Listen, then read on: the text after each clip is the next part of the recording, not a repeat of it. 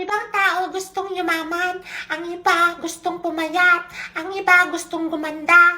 Ako, gusto kong pumangit. Sawang-sawa na ako sa pagiging maganda, ganun. Help me, Lord.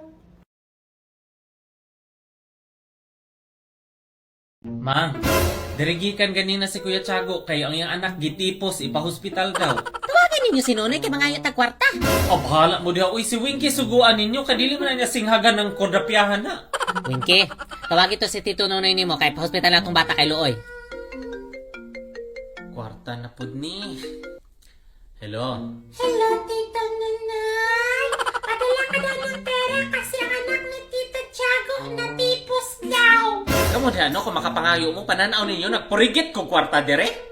Hindi umobra ang kagandahan ko lang dahil si Tito Nanay. Ang bibe?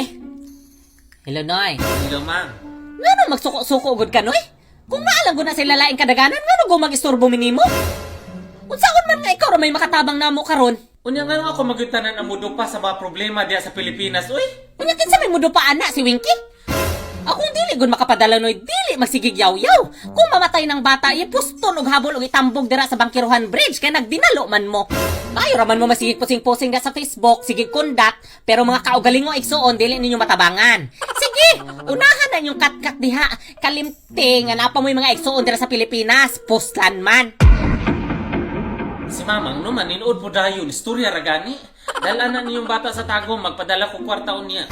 Aw, salamat. Naaraman di ay na. O, Winky, oh. Hello, Tito Nanay. Oh, ansa man, Winky? Kuya Juan. Padala man di ay.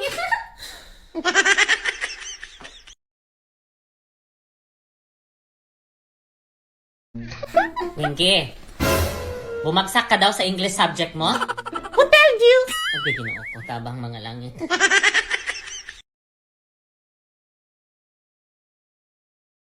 Y no te voy a negar, Winky, estamos claros. kanang pagkabigaon ni mo, mataruyan ka bisan magdagan. Sulod sa kwarto.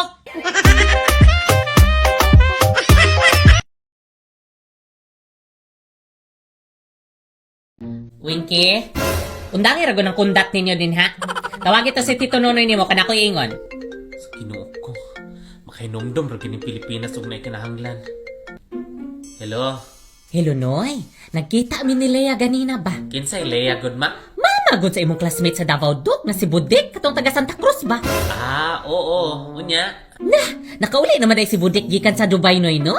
Oo, dugay raman. Nakapalit naman day sila yuta sa Samal Noy. Nana sila beach house, arang kaninduta. Mao ba? Ay paayo eh. Unya ikaw Noy, wa kay plano mo palit og kabtangan diri Noy? Na ay upat kay taryang sagingan sa Panabo ba ibaligya palitan Noy.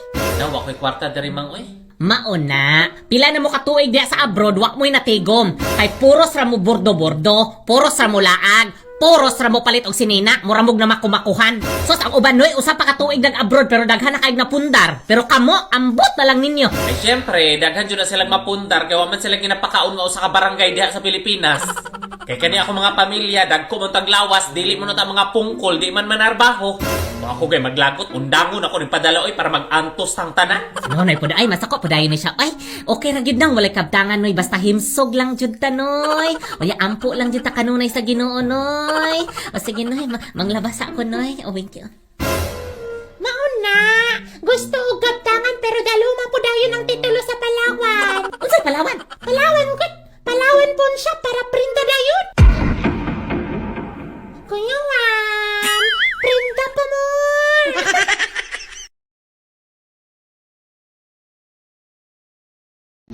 La.